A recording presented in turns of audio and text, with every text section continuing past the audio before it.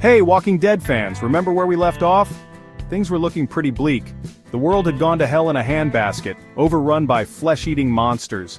Our group of survivors, led by the ever-so-capable Rick Grimes, was just trying to make it through another day. Food was scarce, shelter even more so, and danger lurked around every corner. They had faced hordes of the undead, treacherous humans, and the crushing weight of their own grief, but through it all, they had held on to a shred of hope. Hope for a better tomorrow, a place where they could finally catch their breath and rebuild their lives. Little did they know, their journey was far from over.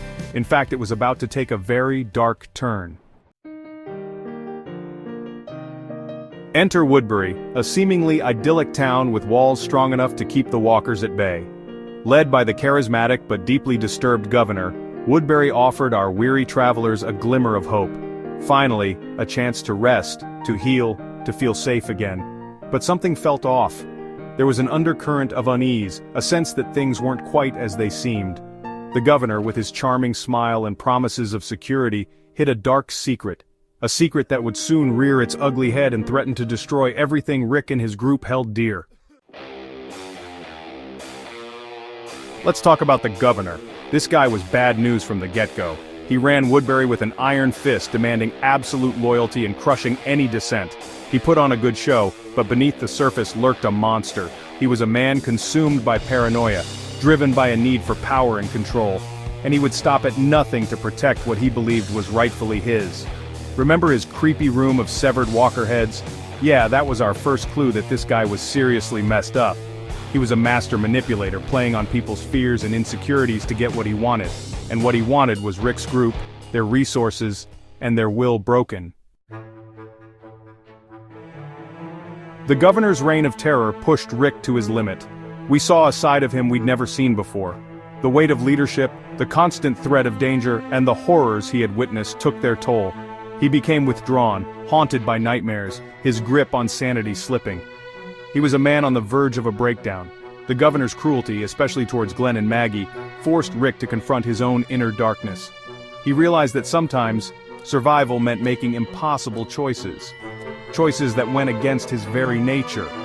He had to become a different kind of leader, one willing to fight fire with fire. Section 5. The Prison. Finding hope in unexpected places. Just when things seemed their bleakest, a glimmer of hope emerged from the most unlikely of places, an abandoned prison. It was a massive structure, offering the promise of safety and shelter. But it was also crawling with walkers, a daunting challenge for our battered and bruised survivors. Clearing the prison was a brutal, bloody affair, a testament to their resilience and determination. It was a chance for them to reclaim a piece of their humanity, to build a semblance of normalcy in a world gone mad. For a brief moment, it seemed like they could breathe again. Section 6. The shadow of war tensions rise, but the peace was short-lived. The governor, consumed by vengeance, was not done with Rick and his group. He regrouped, rebuilding his forces and plotting his revenge.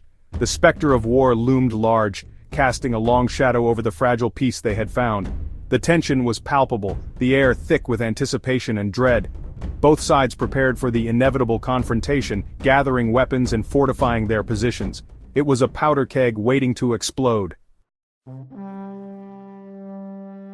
Section 7. All-out war, survival at stake. And explode it did. The governor launched a full-scale assault on the prison, unleashing a torrent of bullets and walkers upon our heroes. It was a battle for the ages, a desperate struggle for survival. Alliances were forged and broken, loyalties tested, and lives lost. Rick's group fought with everything they had, their courage and determination pushed to the breaking point.